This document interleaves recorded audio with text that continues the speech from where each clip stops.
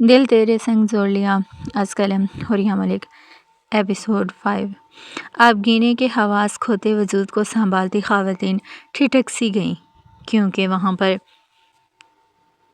ایک گولی کی گونج نہیں سنائی دی تھی، بلکہ اس کے بعد یک بدیگرے بہت سی گولیوں کی آواز سنائی دینے لگی۔ یوں محسوس ہوتا تھا جیسے کوئی ہوائی فائرنگ کی جا رہی ہو۔ سفیر سائیں، جو اس کے سینے پر پسٹل رکھے ٹریگر دبانے ہی والے تھے کہ پہلی گولی کی گونج پہ چونک کے آواز کے تعاقب میں دیکھا، جو ایک شخص ہاتھ میں چمکتا ہوا سیاہ پسٹل لیے بہت پرسکون سے ان دونوں کو ہی دیکھ رہا تھا، جبکہ اس کے پسٹل کی نال سے نکلتا دھواں یہی بتا رہا تھا کہ ابھی گولی چلانے والا وہی تھا۔ اور پھر اسی پہ اکتفا نہ ہوا، ان سب کے سنبھلنے اور سمجھنے سے قبل ربحان گردیزی کے بلائے گئے مہمان دوست بھی اپنے کھلونے نکال کے اس کے نکاح کا جشن منانے لگے تھے۔ اس میں تبھی ان سب کے چہرے متغیر ہوئے، اس کے خوبرو چہرے پر بڑی محظوظ کن مسکراہٹ سی پھیلی تھی، اور سفیر سائی کے پسٹل کی نوک اپنے سینے سے ہٹاتے بڑے اطمینان سے گویا ہوا، بہت معذرت چچا سائیں، لیکن پولیس والا ہوں، بنا ہتھیاروں کے کہیں نہیں جاتا۔ ان کے سے کہتے ہوئے اس نے بائیں آنکھ کا کونا دباتے ہوئے پیچھے کھڑے شخص کو دیکھا اور واپس اپنے سسرالیوں کی طرف متوجہ ہو گیا، جو اس حرکت پر آگ بلگولا ہو چکے تھے۔ نصرت بھی، کیا تم نے اپنے پوتے کو اس رسم کے متعلق آگاہ نہیں کیا تھا؟ تم بھی اس بدبخت کے ساتھ مل کے ہماری توہین کرنے کا ارادہ بنا کے آئی ہو؟ پیر سائیں بی جان کی طرف دیکھتے ہوئے پرجلال ہوتے ہوئے گویا ہوئے تو بی جان زاروں قطار روتے ہوئے نفی میں سر ہلانے لگی۔ نہیں نہیں پیر سائیں، وہ اپنے مرشد کو ہرگز ناراض نہیں کرنا چاہتی تھیں، جن کی دعاؤں سے ان کی نسل چلی تھی، لیکن ربحان کو کم از کم بی جان کا یوں رونا قطعی برداشت نہ ہوا۔ یہاں موجود میرے خاندان کا کوئی بھی شخص میرے ارادوں سے باخبر نہیں تھا، اور باخبر ہونے کے بعد ان سمیت آپ سب میں سے کسی کی بھی جرأت نہیں جو مجھے میری بیوی کو لے جانے سے روک سکے۔ وہ اپنی بلند اور پرعزم آواز میں قدرے ناگواری سے بولتا ہوا سٹیج سے نیچے اترا، تو اس کی بلند آواز پر چامگوئیاں کرتے مہمان مزید اس ہنگامے کی جانب متوجہ ہو گئے۔ اور براہ مہربانی اپنے کارندوں سے کہہ دیجیے کہ اس کھلونے کو نیچے پھینک دیں، اور اپنے کھلونے نیچے پھینک دیں، کیونکہ ان کا استعمال مجھے بہت اچھے سے آتا ہے، اور میرا ان کو استعمال کرنا نہ صرف یہاں تباہی مچائے گا، بلکہ آپ کے نام و شہرت کے لیے بھی خطرے کا باعث ہے۔ زنان خانے کی جانب بڑھتے ہوئے جب راستے میں اسے پیر سائیں کے کارندوں نے روکنے کی کوشش کی، تو وہ ان کی جانب متوجہ ہوتے ہوئے آنکھوں میں آنکھیں ڈالے بے لچک سرد انداز میں بہت گہری دھمکی دیتا ہوا مضبوط قدموں کے ساتھ زنان خانے کی جانب بڑھا، تو ایک نظر دور کھڑے پسٹل تھامے اس وجیہہ شخص کو دیکھتے ہوئے پیر حویلی کے افراد نے مارے ضبط کے زور سے مٹھیاں بھینچی، قہر آلود نگاہوں سے اس کی جانب دیکھنے لگے، جو آج ان کی عزت اپنے پیروں تلے، ان کی رسم و رواج کو اپنے پیروں تلے روننے پر تلا ہوا تھا۔ اسے پھولوں کی لڑیاں ہٹا کے اس طرف آتے دیکھ کے لڑکیاں سمیت بڑی خواتین کی بھی آنکھیں ستائش کے مارے چمکنے لگیں، اور بے ساختہ آبگینے کی قسمت پر رشک آنے لگا، جس نے اتنا خوبصورت و وجیدار مرد اس کے نصیب میں لکھا تھا۔ السلام علیکم۔ بنا کسی خاتون کی جانب نظر اٹھا کے دیکھے وہ اپنی خوبصورت آواز میں انہیں سلام کرتا سٹیج کی جانب بڑھا، جہاں صوفے پر اس کی منکوہہ بنا ہوش و حواس ایک سائیڈ کو لڑکی ہوئی تھی۔ آبی کے شوہر کی شکل کیا آواز ہی اتنی پیاری ہے کہ ابھی ان کی آواز سنتے ہی تمام ناراضگیاں بھول جایا کرے گی۔ مریم ربحان کو اشتیاق سے دیکھتے ہوئے زہرا کے کان میں گھسی تو اس نے اسے ٹہوکا مارتے ہوئے چپ رہنے کا اشارہ کیا، کیونکہ ماحول اس وقت انتہائی ناساز محسوس ہو رہا تھا۔ مجھے ان کی کوئی شال یا بڑی سی چادر دے دیں۔ اس کے وجود کو ہاتھ لگانے سے قبل اس نے ہلکی سی گردن موڑتے ہوئے بنا کسی کو مخاطب کیے اپنی بات کہی تو ساجدہ بیگم نے جلدی سے آگے بڑھتے ہوئے شال آگے کی۔ اگر یہ ہمت کر کے اسے آزمائش سے نکالنے کی جرت کی ہے تو اسے آئندہ زندگی میں بھی اس کا ساتھ دیتے رہنا بیٹا، اور اس کی غلطیوں پر اس کا گلا کا پھندا ہرگز نہ بنائیے گا، کیونکہ یہ بات آپ بھی جانتے ہو کہ اس کے لیے واپسی کا ہر دروازہ بند ہونے والا ہے۔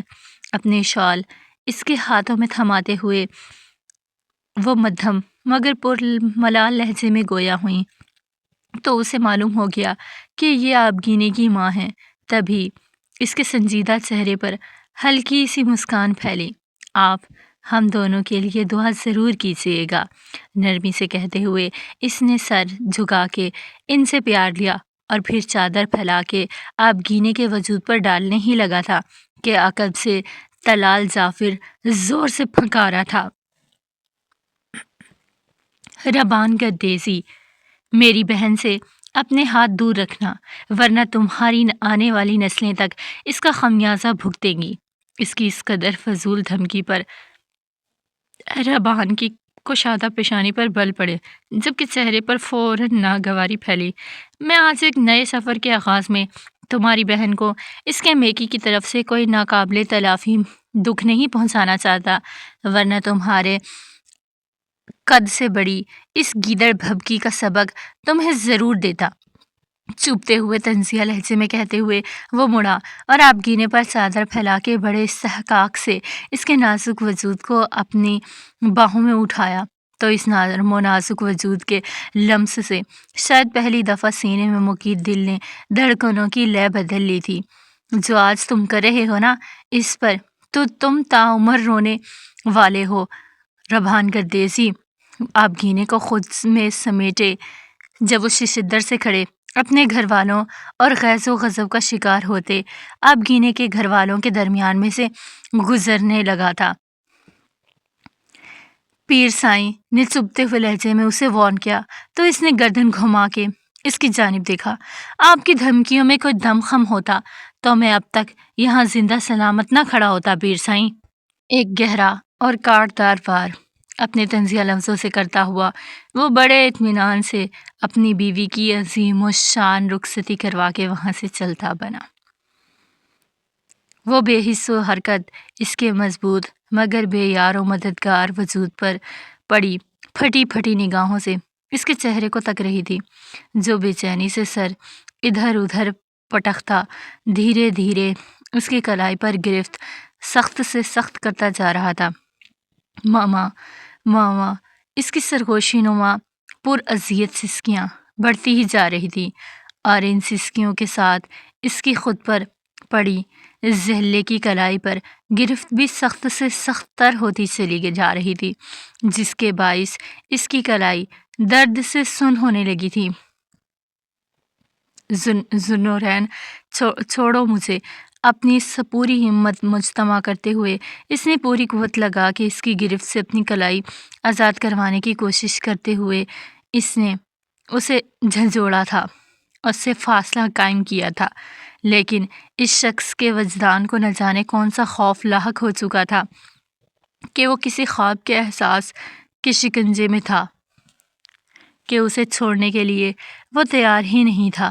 وہ اس کی گرفت ڈھیلی کرنے کی بجائے مزید سخت کرتا اس کے اور اپنے فاصلے کو بتدریج پھر سے کم کرتا زہلے کے وجود کو دہکتی انگیٹھی کی نظر کر چکا تھا۔ بے سود پڑے ذوالنورین کے مضبوط وجود کا لمس، مردانہ کلون کی دل فریب مہک، اس کی بوجھل ہوتی سانسوں کی پرتپش لپک اور اس کی مخدوش حالت اسے بہت گہرے خوف میں مبتلا کر رہی تھی۔ تبھی اس کی مزاحمت میں تیزی آنے لگی، مگر جب اس کی گرفت سے آزادی نہ مل سکی تو بے بسی، کم آئیگی اور خوف کی ملی جلی کیفیت کے احساس تلے دبی وہ اس کے دوسرا ہاتھ اٹھا اور پوری قوت کے ساتھ بے چینی سے بڑبڑاتے ہوئے ذوالنورین کے منہ پر زور سے جا پڑا، اور اس غیر متوقع تھپڑ کی گونج اور اس کا اثر اس قدر گہرا ہوا تھا کہ نیم بے ہوشی کی طرف مائل ذوالنورین میر کا دماغ ایک جھٹکے سے جیسے کسی گہرے خواب سے جاگا تھا، اور وہ پٹ سے اپنی آنکھیں کھولتے اسے دیکھنے لگا، جو اس کے قریب بے تحاشا نزدیک جھکی روتے ہوئے چہرے اور آنکھوں میں مختلف تاثرات سجائے اسے ہی تکتی مسلسل کلائی چھڑوانے کی کوشش کر رہی تھی۔ میرا ہاتھ چھوڑو، اس نے اسے ہوش میں آتے دیکھ کر اس کی گرفت میں اپنی سفید کلائی کو حرکت دیتے ہوئے چھڑوانے کی کوشش کی۔ مجھے تھپڑ کیوں مارا؟ وہ اس کی اس حرکت کو نظر انداز کرتے ہوئے وہ اس کے نم چہرے کو اپنی سرخ آنکھوں سے دیکھتا ہوا وحشت زدہ لہجے میں بولا، تو وہ چٹخ اٹھی۔ یہ تھپڑ اس لیے مارا ہے کہ آپ شاید ہوش و حواس میں آ جائیں اور جان سکیں کہ آپ کس قدر اخلاقی گراوٹ کا مظاہرہ کر رہے تھے، اپنی ٹیچر کے ساتھ زبردستی کر رہے ہیں۔ وہ اپنی پوری قوت لگا کے اپنی کلائی اس کی گرفت سے آزاد کرواتی قدرے بلند آواز میں چلا اٹھی تھی۔ وہ ایک جھٹکے سے اٹھ کر بیٹھا۔ Get out, I said get out. وہ اس کی طرف انگلی سے اشارہ کرتا وہ بلند آواز میں دہاڑا تھا، اور وہ اپنی جگہ سے ہل تک نہ سکی۔ وہ جانتی تھی وہ آج اس کی اس قدر نفرت پر وہاں سے چلی بھی جائے تو کل پھر سے اسے یہیں واپس آنا تھا، اس لیے وہ بہت سپاٹ انداز میں اپنی عزت نفس کو رونقتے ہوئے بے تاثر لہجے میں گویا ہوئی، اور اس کے ضبط سے سرخ پڑتے چہرے کو ایک نظر دیکھ کے دروازے کی جانب بڑھ گئی، کیونکہ یہ وقت اس کے لنچ کا تھا۔ اسے اس کے لیے لنچ لے کے آنا ہی تھا۔ اپنی جنگ میں مصروف وہ دونوں ہی یہ بات جان ہی نہ سکے تھے کہ نیچے اپنی اسٹڈی روم میں بیٹھی شاسمین ملک بہت محسوس کن مسکان ہونٹوں پر سجائے اپنے موبائل کو تک رہی تھی، جہاں اس لمحے کی تصاویر جگمگا رہی تھیں جب ذل ابراہیم ذوالنورین میر کے چوڑے سینے کا حصہ بنی، اس کے وجود کا حصہ بنی اس پر پڑی تھی۔ وہیں اور یہیں سے ان دونوں کی زندگی کا ایک عجیب و غریب سا دور شروع ہونے والا تھا، جس کی منزل سے وہ دونوں ہی لا علم تھے۔ تاریخ میں رقم کیا جانا چاہیے کہ ایک ایسا مرد بھی تھا جو اپنی ہی بیوی، جسے اس نے دیکھا تک نہ تھا، اس کی رخصتی، اس کی بے ہوشی میں اسی کے میکے والوں سے بندوقوں کے سائے تلے کروا کر وہ لے کر آیا تھا۔ گاڑی کا اسٹیئرنگ دائیں ہاتھ میں تھامے وہ بہت ریش ڈرائیونگ کرتا اپنی منزل کی طرف گامزن تھا، جب موبائل پر آنے والے وائس نوٹ کو سن کے اس کے ہونٹوں پر بڑی جاندار سی مسکان پھیلی تھی۔ اس نے فوراً کال ملا کے کان میں بلوٹوتھ ایڈجسٹ کیا۔ ہوگا کیا مجھ سے بڑھ کے کوئی عاشق مزاج زین مرید؟ اس کی بات کو انجوائے کرتے ہوئے اس نے ایک گہری نگاہ بیک سیٹ پر پڑے بے ہوش سراپے پر ڈالی تو دوسری جانب اسے زیر لب بہت مہذب سی گالی سے نوازا گیا تھا۔ ابھی کہاں جا رہے ہو تم؟ اس نے استفسار کیا۔ فی الحال تو اپنی بیوی کو کڈنیپ کر کے لے کے جا رہا ہوں، کیونکہ بیوی کے سسرالی اور میکے والے دونوں ہی دشمن بنے ہوئے ہیں۔ مصنوعی بے چارگی کا مظاہرہ کرتے ہوئے اس نے گیئر بدلا تو دوسری جانب کال پر موجود وہ وجود مسکرا دیا۔ اوکے، گڈ لک، اپنا اور بھابھی کا بہت سارا دھیان رکھنا اور فکر مت کرنا، کیونکہ میں ادھر سب سنبھال لوں گا۔ محبت سے اسے تسلی دیتے ہوئے کال کاٹ دی۔ اس نے بھی الوداعی کلمات کہتے ہوئے کال بند کی تو گاڑی ڈرائیو کرتے ہوئے ربحان نے اب کی بار ایک پرتپش سی نگاہ اس کے سجے سنورے مگر بے سود سراپے پر ڈالی تھی۔ اب آپ سے باضابطہ ملاقات کا وقت ہوا چاہتا ہے، مس آبگینِ جعفر۔ بلکہ دل ہی دل میں اسے محو کلام ہوتے ہوئے اس نے سر ہولے سے جھٹکا اور ایک قاتل سی مسکان ہونٹوں پر سجاتا پرشوق انداز میں سرگوشی نما آواز میں بولا تھا، مسز آبگینی ربھان۔ لاؤنج میں پڑے صوفے کی پشت سے ٹیک لگاتے ہوئے اس نے فلور کشن پر بیٹھی آیت کو دیکھا اور آنکھیں موند لی۔ اپنے لیے چائے لانے کا کہہ کر اس نے آنکھیں موند لی کیونکہ اس وقت وہ انتہائی تھکاوٹ محسوس کر رہا تھا۔ زرگام، آپ کب آفس سے چھٹیاں لے رہے ہو؟ کیونکہ شادی میں تو بس کچھ دن ہی باقی ہیں۔ مہوش بیگم لاؤنج میں پڑے صوفے کی پشت سے ٹیک لگاتے ہوئے اس نے وہیں فلور کشن پر بیٹھی آیت کو اپنے لیے چائے لانے کا کہہ کر آنکھیں موند لی تھی۔ اچھا زرگام، آپ آفس سے کب چھٹیاں لے رہے ہو؟ کیونکہ شادی میں تو بس کچھ دن ہی باقی ہیں۔ مہوش بیگم لاؤنج میں آئی تو اسے وہاں براجمان دیکھ کے انہیں بروقت یاد آیا تو فوراً سے پوچھ بیٹھی، جبکہ ان کے سوال پہ اس نے آنکھیں کھولتے ہوئے نے دیکھا اور پھر قدرے خفگی سے انہوں نے سر جھٹکا تھا۔ فار گاڈ سیک چچی، اب شادی کے لیے لڑکیوں کی طرح میں کام کاج چھوڑ کے گھر بیٹھنے سے تو رہا، شادی کا فنکشن 3 دن کا ہوتا ہے، تب نہیں جاؤں گا میں آفس، سنجیدگی سے کہتے ہوئے اس نے واپس سے اپنی پلکیں موند لی تھیں۔ اب ان کو کیا بتاتا کہ وہ جو پل گھر میں گزارتا تھا وہ بھی اس کے لیے کسی قیامت سے کم نہ ہوتے تھے۔ بھئی چاچو، آپ آفس سے چھٹیاں لیں یا نہ لیں، لیکن آج رات سے آپ 9:30 سے 10:30 بجے تک ہمیں ٹائم ضرور دیں گے۔ آخر کو آپ کی شادی ہے، کوئی ڈھولک نام کی بھی شے ہوتی ہے۔ شہزیب ملک شہرے کا بھائی شہرے کے ساتھ لاؤنج میں داخل ہوتا اس کی بات کے جواباً بولا تھا تو اس نے بڑے سرد انداز میں ان دونوں کو گھورا تھا، شہزیب، اگر تم آج اس اتھرے گھوڑے کو اس بات پر منوا لو تو میری طرف سے تمہارے لیے یہ گفٹ ضرور ہوگا۔ زرگام، جو اپنی ریزروڈ فطرت کے باعث گھر میں کسی کو بھی بہت فرینکلی میسر نہ ہوتا تھا، اسے شہزیب کی گرفت میں آتا دیکھ کر جازم شرارت سے بولا تو زرگام نے بے دریغ اسے بھی گھورا، مجھے کوئی بھی شخص کسی بھی بات، کسی بھی رسم کے لیے فورس نہ کرے، ورنہ میں ہر طرح کی رسم ختم کر کے سادگی سے ہی شادی کر لوں گا۔ اس بے مروتی سے کہتا ہوا اپنی جگہ سے اٹھا تو ساری جوان پارٹی اس سنگ دلی کے مظاہرے پر جیسے تڑپ ہی اٹھی تھی۔ نگاہ چچی کے کہنے پر بھی بات نہیں مانیں گے کیا؟ اسے وہاں سے جاتا دیکھ کر شہرے نے اپنی تیں بہت زبردست لالچ دینے کی کوشش کی تھی، جبکہ ہمیشہ کی طرح اس کے منہ سے نگاہ کا نام سن کے اس کا وجود جھلس سا گیا تھا اور وہ بنا اسے کچھ جواب دیے لمبے لمبے ڈاک بھرتا ہوا وہاں سے نکلتا چلا گیا۔ اتنے کھڑوس تو کوئی بھی نہیں ہے جتنے یہ حضرت ہیں، اگر یہ مجھے پیارے نہ لگتے ہوں تو جتنی یہ بے مروتی دکھاتے ہیں میں کبھی مر کے بھی انہیں مخاطب نہ کرتی۔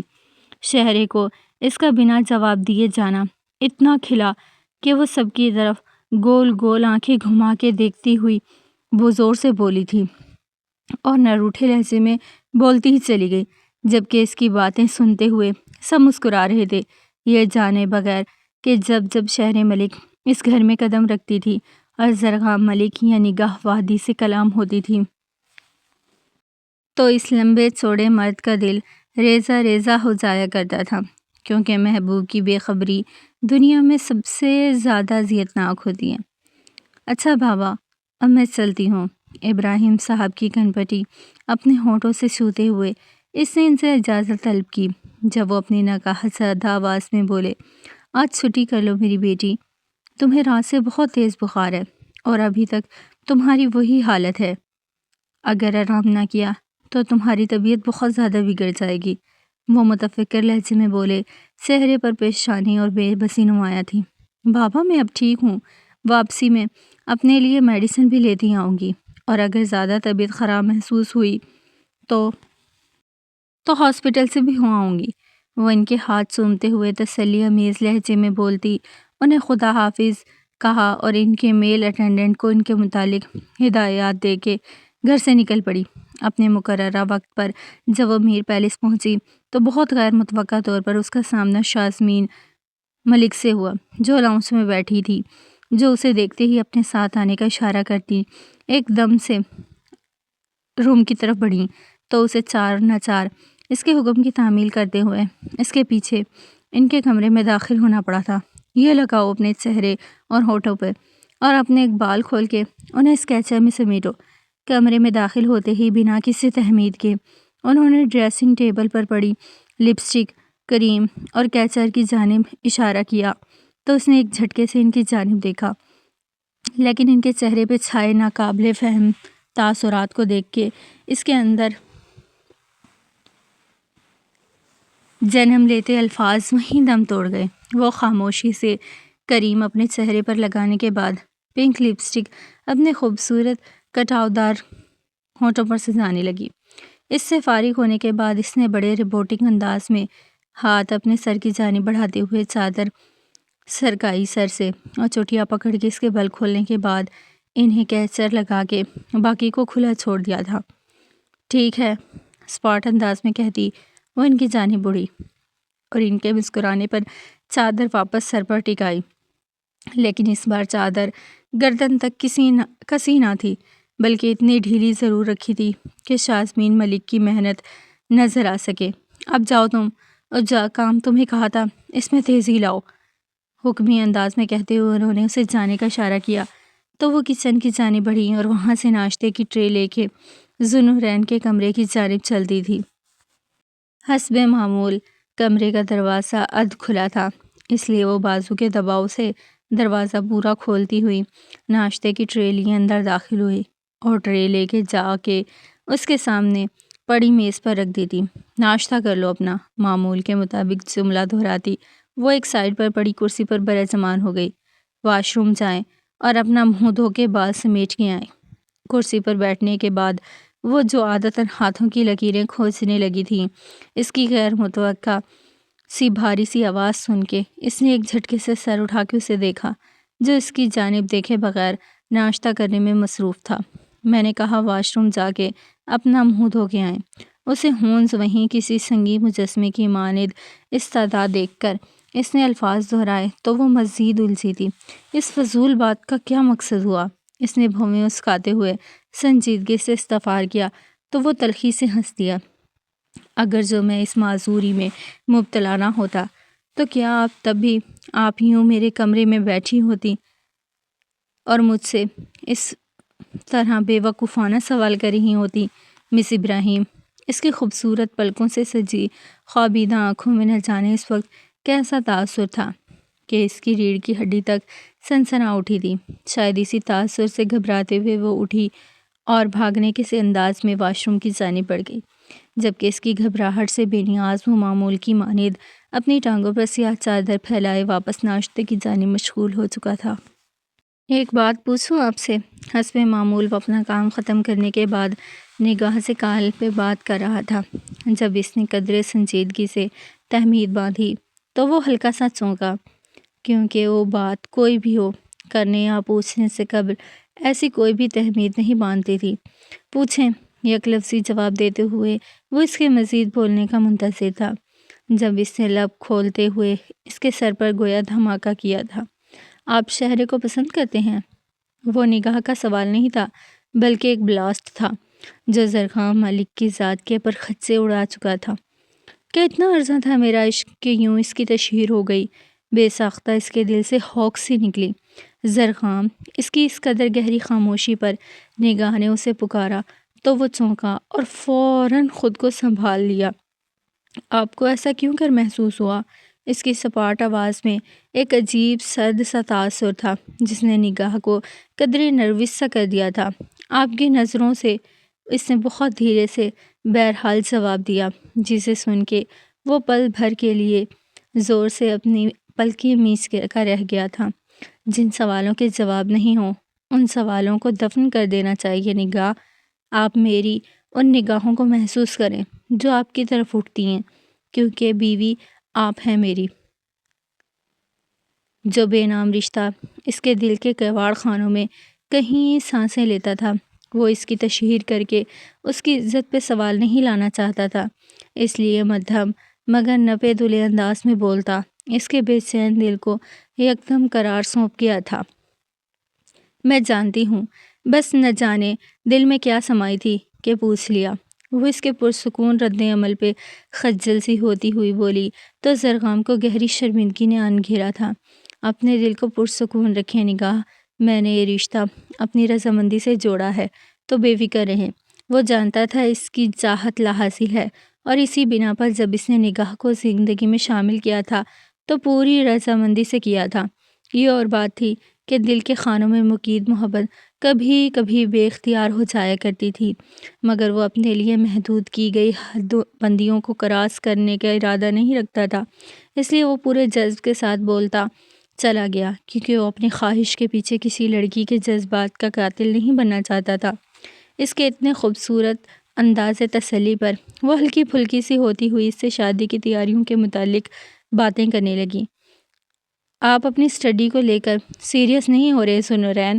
وہ بہت دلچسپی سے نوٹس پہ جھکی اسے لیکچر دے رہی تھی کہ پوائنٹ کلیئر کرنے کے بعد جب اس نے سر اٹھا کے اس کی جانب دیکھا تو وہ دیواروں پر نظریں جمائے ہوئے بیٹھا تھا۔ اس کے تن بدن میں آگ لگ گئی تھی۔ آپ کیوں میری اسٹڈی کو لے کے اتنی کانشیس ہو رہی ہیں؟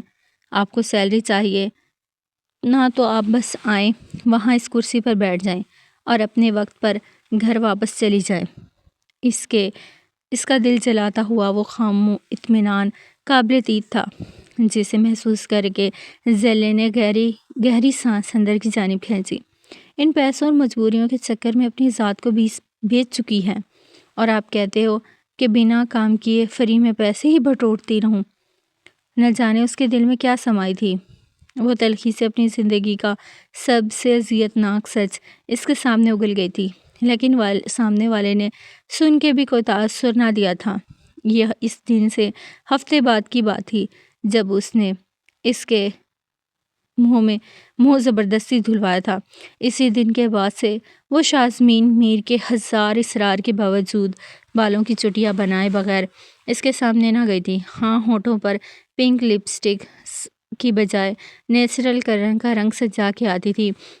شازمین میر کے کہنے پہ ہی ڈریسز بھی پہلے سے کافی بہتر ہوتے تھے، اور اس کے کمرے میں آنے کے بعد دوپٹہ وہ سر پر اوڑھے بڑی چادر کندھوں پر پھیلا کے رکھتی تھی۔ آپ چاہتی ہیں کہ میں اپنی ڈگری جلد از جلد مکمل کروں؟ اچانک وہ یکسر بدلے ہوئے لہجے میں بولا تو زہلے چونک کے اس کی جانب متوجہ ہوئی تھی۔ جی، اس نے ہولے سے سر اثبات میں خم کرتے ہوئے جواب دیا، کیونکہ وہ واقعی اس جان کے عذاب سے جان چھڑوانا چاہتی تھی جس میں اسے اپنے سے بڑی عمر کے مرد کو ناصب بند کمرے میں ٹیوشن دینا پڑتی تھی، بلکہ اسے رجھانے کا گھٹیا ترین کام بھی سونپا گیا تھا۔ میں آپ کے کہنے پر ایگزامز دے دوں گا، لیکن اس کے بدلے آپ کو مجھے کچھ دینا ہوگا۔ آج وہ بہت معمول سے ہٹ کے بیہیو کرتا ہوا اس کی جانب مکمل طور پر متوجہ ہوتا لہجے میں ایک نامحسوس سا اضطراب لیے بولا تو نہ جانے کیوں ایک خوف سا زہلے کی رگوں میں سرایت کرنے لگا کہ کیا دینا ہوگا۔ اس کے مضبوط وجود کو شہد رنگ آنکھوں سے خوف زدہ انداز میں دیکھتے ہوئے اس نے قطرائے سے لہجے میں استفسار کیا۔ وہ میں آپ کو بتاتا ہوں، لیکن یاد رکھیے گا کہ جاننے کے بعد اگر آپ میری بات نہیں مانیں گی تو دنیا کی کوئی بھی طاقت مجھے یہ ڈگری مکمل کرنے پر مجبور نہیں کر سکتی۔ سرد سے لہجے میں کہتے ہوئے وہ اس کے خوف کو مزید گہرا کر گیا تھا۔ اس کا دل چاہا وہ یہاں سے بھاگ نکلے جہاں ہر طرف اس کی ذات کو لے کر سودے کیے جا رہے تھے۔ کیا چاہتے ہو آپ؟ اس کو اپنی وحشت سے بھرپور آواز سنائی دی تو اس کے سامنے بیٹھے ذوالنورین کے چہرے پہ ایک تاریک سا سایہ لہرایا۔ اپنی موم سے ملنا چاہتا ہوں۔ بہت ہی غیر متوقع الفاظ سماعتوں کی نظر ہونے پر اس نے کرنٹ کھا کے اس کے خوبصورت چہرے کو دیکھا جو اس وقت گہرے کرب میں ڈوبا نظر آ رہا تھا۔ آپ کی ماما وہ کہاں ہیں؟ اس کے دماغ میں کچھ دن قبل کا منظر لہرایا جب وہ بے ہوشی میں بھی اپنی ماں کو ہی پکار رہا تھا، اور اب اس کی ایسی فرمائش وہ سن کر وہ یہی ہیں، اسی گھر میں ہیں، لیکن ان سے میں مل نہیں پا رہا۔ اگر آپ ان سے مجھے ملوا دیں گی تو میں وعدہ کرتا ہوں کہ اس ڈگری کو آپ کے بغیر پڑھائے ہی مکمل کر لوں گا اور آپ کو جتنے پیسوں کی ضرورت ہے وہ بھی آپ کو مل جائیں گے۔ اتنے عرصے میں پہلی دفعہ اسے اس شخص کے چہرے پہ التجا، شکستگی اور منت جیسے تاثرات نظر آئے تھے۔ یہ تاثرات سامنے بیٹھی زہلے کا دل پسیج گئے۔ کون تھی اس شخص کی ماں؟ اگر وہ اسی پیلس میں رہتی تھی، موجود تھی، تو سامنے کیوں نہیں آتی تھی؟ کیوں بیٹے کو اس حالت میں اکیلا چھوڑا ہوا تھا؟ اور کیوں وہ اس بڑے سے پیلس میں فقط نوکروں کے در پہ پڑا تھا؟ اس کی فرمائش پر اچانک بہت سارے سوالات اس کے ذہن میں گڈمڈ ہونے لگے تھے، اور تبھی اس نے ارادہ بنایا کہ وہ ضرور اس شخص کو اس کی ماں سے ہی ملوائے گی۔ مجھے آپ کی شرط منظور ہے۔ اس نے آہستگی سے منظوری دے دی کہ اس شخص کے لیے یہ بہتر تھا جتنی جلدی اس کے یہاں سے جانے کا بندوبست ہو جاتا، اتنی جلدی ہی اس ایک اجنبی کے نزدیک رہنے سے بھی جان چھوٹ جاتی۔ شکریہ مس ابراہیم۔ سنجیدگی سے اس کا شکریہ ادا کرتا ہوا وہ دوبارہ سے دیوار کی سمت دیکھنے لگا، جبکہ زہلے اٹھ کر اس کی میڈیسن لانے کے لیے چلتی تھی۔ اور یہ بھی الگ ہی داستان تھی کہ کتنے جتنوں اور ذلت امیز لمحوں کے بعد یہ شخص اس کے ہاتھوں سے لائے گئے کھانے اور دوائی کو قبول کرنے لگا تھا۔ شہرے، جو کل تمہیں کالج سے پک کرنے آیا تھا، وہ کون تھا؟ کالج کی بیک سائڈ پر بنے لان میں بچھی نرم گھاس پر آلتی پالتی مار کے بیٹھی شہرے کو تہمینہ نے مخاطب کیا تو اس کے ساتھ بیٹھی ہمنا بھی اس کی جانب متوجہ ہوئی تھی۔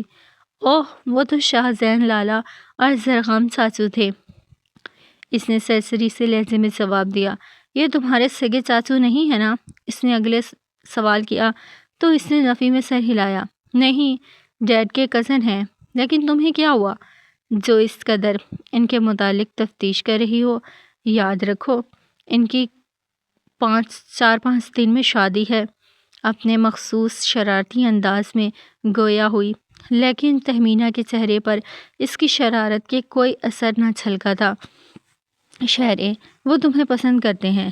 اس کے الفاظ شہرے کے پورے وجود کو زلزلوں کی زد میں لے آئے گئے تھے، جبکہ خوبصورت آنکھیں حیرت و بے یقینی سے پھیلتیں چہرے کی خوبصورت اور معصومیت کو ایک جلا سی بخش گئی۔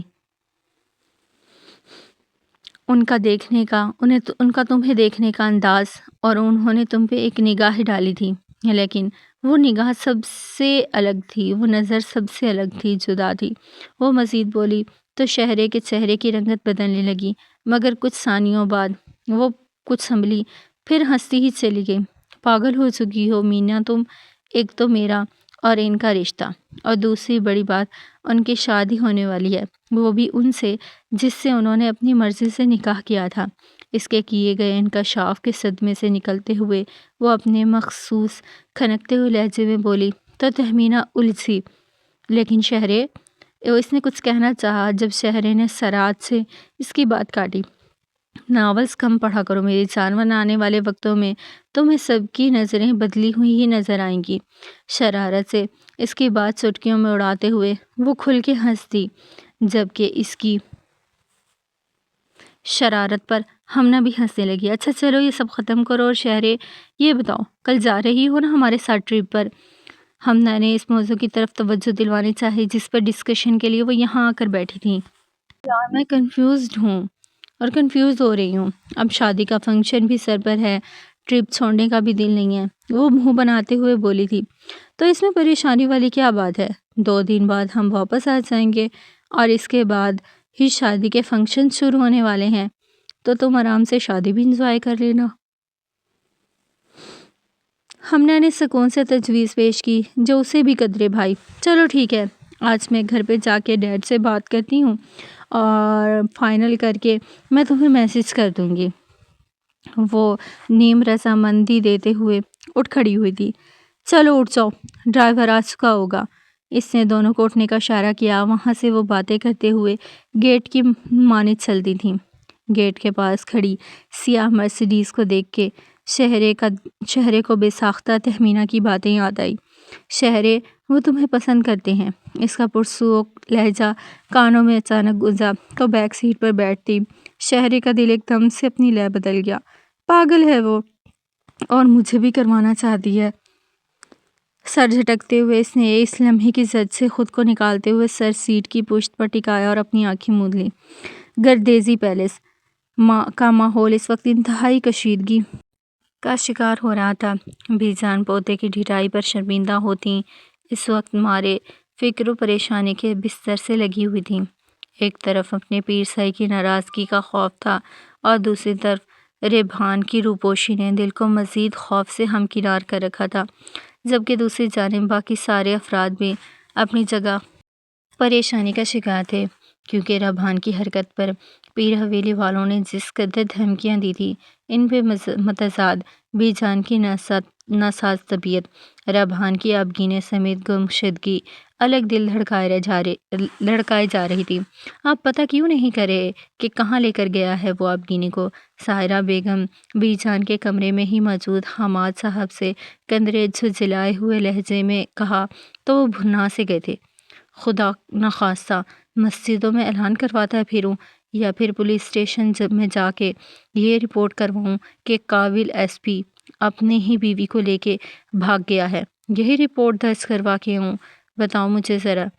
ان کے بھنائے ہوئے انداز پہ نوجوان پارٹی کے پریشان چہروں پہ بھی بڑی بے ساختہ سی مسکان پھیلی تھی، جبکہ ساحرہ بیگم جھنپ سی گئی تھیں۔ میرا یہ مطلب نہیں تھا، لیکن آپ کسی کے ذریعے یا آس پاس کے علاقے میں اپنے آدمی بھیج کر پتہ کروائیں نا۔ انہوں نے اب کی بار لجاجت سے شوہر کو منانا چاہا، کیونکہ انہیں بی جان کی حالت بہت زیادہ پریشان کر رہی تھی۔ پتہ کروا رہا ہوں، نہیں لے کے جاتا چاند کے پار اپنی بیوی کو۔ آپ سب کے اسی رویے سے خائف وہ غائب ہوا ہوگا، اس لیے اب لکیر پیٹنے سے بہتر ہے کہ خود کو پرسکون رکھیں۔ جو ہو چکا ہے اس پہ صبر و شکر کریں اور بی جان کو ریلیکس کرنے کی کوشش کریں۔ انہوں نے رسانیت سے اب کی بار سب کو اجتماعی طور پر مخاطب کیا تو ماہرہ بیگم نے فوراً تائید سے سر ہلایا تھا۔ بھائی صاحب بالکل ٹھیک کہہ رہے ہیں، دیکھا جائے تو ریحان نے بہت اچھا قدم اٹھایا ہے اور بڑی جیداری سے ایک فضول رسم کا خاتمہ کرنے کی کوشش کی ہے، اس لیے بہتر ہے کہ ہم اس چیز کو تسلیم کریں اور بی جان کو بھی پرسکون کریں۔ ماہرہ نے بہن کے کندھے پر ہاتھ رکھتے ہوئے انہیں سمجھایا تو ان کے تنے ہوئے اعصاب ڈھیلے پڑ گئے اور وہ ہولے سے مسکراتی ہوئیں بی جان کی جانب بڑھی، جنہیں اس وقت ڈرپ لگی ہوئی تھی، جبکہ نوجوان پارٹی کے دلوں میں اپنے بے باک سے لالا اور ان کی خوبصورت سی بیوی دیکھنے کا اشتیاق اب بڑھتا ہی جا رہا تھا۔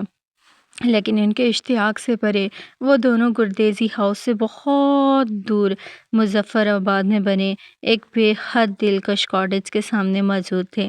اپنے دونوں بازو دائیں بائیں پھیلائے وہ گہری سانس بھرتے ہوئے شام کے گہرے ہوتے سائے میں اپنے سامنے موجود بہت خوبصورت کاٹیج کو دیکھتا گاڑی کی بیک سیٹ کی جانب مڑا۔ اف!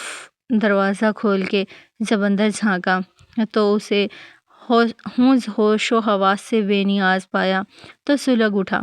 لعنت ہو مجھ پر، جو تم جیسے سڑے ہوئے شخص کی بات مان کے پہلے سے بے ہوش بیوی کی نس دبا کے اسے بے ہوش کیے رکھا۔ بڑبڑانے کے سے انداز میں کہتے ہوئے اس نے اس کے پھولوں کی طرح ہمکتے ہوئے وجود کو اپنی مضبوط باہوں میں سمیٹا تو جذبات سبکر ہونے لگے۔ بیوی کے قدم سے قدم ملا کے اس کے گھر سے رخصت لینے سے لے کر اس کے گھر میں ہمارے گھر میں پہنچنے تک کا جو خوشگوار احساس ہے، اسے محسوس کرنے کی بجائے میں بے ہوش بیوی کو رخصت کروا کے بے ہوش ہی بیوی کو باہوں میں اٹھا کے اس کے نئے گھر میں لے کے جا رہا ہوں۔ اپنی انوکھی شادی پہ محظوظ ہوتا وہ کاٹیج پہ موجود ملازم میاں بیوی کے دروازہ کھولنے پر اندر داخل ہوا تھا اور انہیں کھانا کمرے میں پہنچانے کا کہہ کے سیدھا کمرے کی جانب بڑھ گیا۔ کمرے میں داخل ہونے کے بعد اس کے مہکتے وجود کو بیڈ پہ لٹانے کے بعد وہ اس کے چادر میں چھپے سراپے کو دیکھ رہا تھا۔ جب دروازے پر دستک دینے کے بعد ملازمہ کھانے کی ٹرے لیے اندر داخل ہوئی۔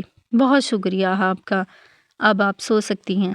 اس نے شائستگی سے اس کا شکریہ ادا کیا اور اس کے جانے کے بعد دروازہ بند کرنے کے بعد وہ بہت آہستگی سے بیڈ کی جانب اس کے نزدیک بیٹھ گیا۔ اس کی زندگی بڑے شفاف انداز میں گزری تھی۔ وہ ہر کام ڈنکے کی چوٹ پر کرنے کا عادی تھا، لیکن زندگی میں پہلا کام تھا جو اس نے ڈنکے کی چوٹ پہ کرنے کے ساتھ ساتھ بہت کچھ پوشیدہ رکھ کے بھی کیا تھا۔ اس سب کو کرنے کا مقصد بہت واضح تھا، لیکن اب اس چادر سے ڈھکے وجود کو دیکھتے ہوئے جو احساسات میں سبک روی آ رہی تھی وہ اس مقصد کو متزلزل کر رہی تھی۔ اس نے گہری سانس بھرتے ہوئے ہاتھ بڑھایا تھا اس کی طرف اور اس کے چہرے سے چادر کا پلو سرکایا تو نگاہ نیٹ کے دوپٹے میں چھپے چاند چہرے سے الجھ سی گئی تھی، لیکن سراعت سے نگاہوں کی لگامیں کھینچتے ہوئے اس نے آگے بڑھ کر پانی کی بوتل تھامی اور ہتھیلی میں پانی لے کے اس کے نیٹ کے دوپٹے تلے چھپے چہرے پہ ہی پانی کا چھڑکاؤ کرنے لگا۔ وہ بہت سکون سے پلکیں موندے پڑی تھی جب اچانک اسے محسوس ہوا جیسے وہ کھلے آسمان تلے آ گئی ہے، جہاں سے پانی کے قطرے اس کے چہرے پر برس رہے تھے۔ ایسے لگ رہا تھا جیسے برستی بارش ہو۔ مجبوراً اسے آنکھیں کھولنے پر مجبور کیا تھا۔ کسمسائے سے انداز میں مسکارے سے بھوجل پلکوں کو وا کرتے ہوئے اس نے ارد گرد دیکھنا چاہا تو پہلی ہی نظر سرخ نیٹ کے آنچل سے ٹکرائی تو گہرے خواب میں سویا ہوا دماغ ایک جھٹکے سے جیسے جاگا تھا۔ اسے یاد آیا تھا وہ کس طرح سے ہوش و حواس سے بیگانہ ہوئی تھی، اور یہ یاد آنا ہی تھا کہ وہ ایک جھٹکے سے اٹھی ہی تھی کہ سامنے ربحان کے چوڑے سینے سے جا ٹکرائی تھی۔ چلیں جی، یہ تو ناول جاری ہے، انشاءاللہ جلدی کمپلیٹ ہو جائے گا۔ اپنی قیمتی رائے کا اور ساتھ کا احساس دلاتے رہیں۔ اللہ، اگر ایپیسوڈ اچھی لگی تو لائک کریں، چینل کو سبسکرائب کریں۔ انشاءاللہ رمزی جنون کی قسط اس کا بھی وائس اوور آئے گا سحری کے ٹائم۔ تو اللہ حافظ۔